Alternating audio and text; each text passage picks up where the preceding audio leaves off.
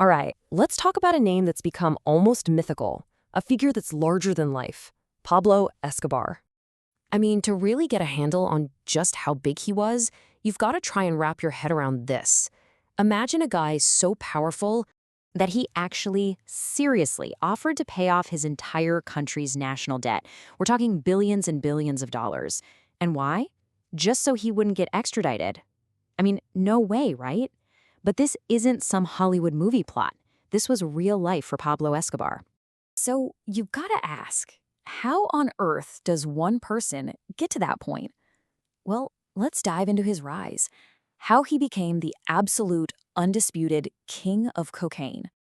Okay, get this. At the height of his power, back in the 80s, his Medellin cartel wasn't just, one of the players in the game. No. He controlled an estimated 80% of the entire world's cocaine trade. He basically owned the pipeline to the US and everywhere else. And when you have that kind of control, the money, well, it's just insane. It wasn't trickling in, it was a tsunami of cash. Billions every single year. It was so much money that one of his biggest problems was literally just figuring out where to put it all.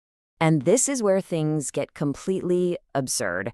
He had so much physical cash, right? He had to stash it in these old, damp warehouses. And get this, he was losing millions of dollars a year, not to bad deals or anything, but because rats were chewing through the stacks of $100 bills, just eating the money.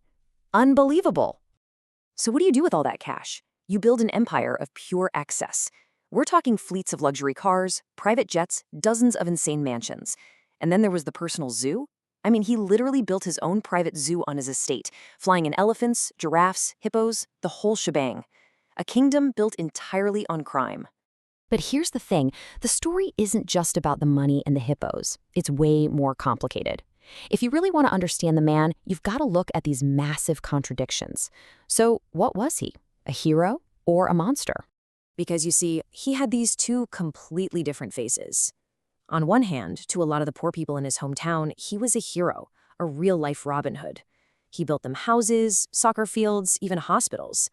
But then, on the other hand, behind that friendly mask was a stone-cold terrorist.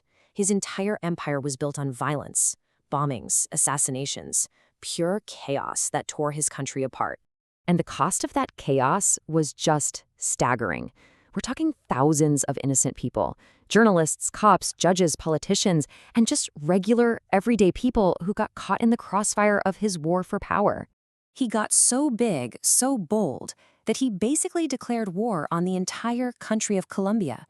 Think about that. For a while there, it really seemed like he was bigger than the government itself. He did whatever he wanted, and he brought a whole nation to its knees. But you know how these stories always go? No empire, no matter how powerful, lasts forever. And that brings us to the final bloody chapter of this story, the fall. And it was always going to be inevitable. And when it started to crumble, it happened fast.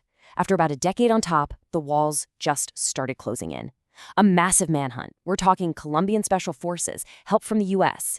It turned the king of cocaine into a hunted man. And then, on December 2nd, 1993, on a rooftop in Medellin, it all came to a very violent end. And just like that, in a shootout, it was over. The man who was once one of the wealthiest, most feared people on the planet was gone. And when he went down, his whole empire crumbled right along with him. So, when you look back at this insane life, what's the big takeaway? What's the lesson here? Well, I think it all boils down to one thing: the real price of power. His whole life is like this massive cautionary tale, isn't it? That kind of easy money, that immense power, it can look really tempting from the outside, but there's always a price to pay. And for a guy like Pablo Escobar, that price wasn't just, some money or a few years in jail. Nope, it was everything. Literally everything. He lost his empire, his freedom, his family's safety, and ultimately he lost his own life. Which really leaves you with one last big question to think about, right? When the price you pay is absolutely everything, did you really gain anything at all in the first place?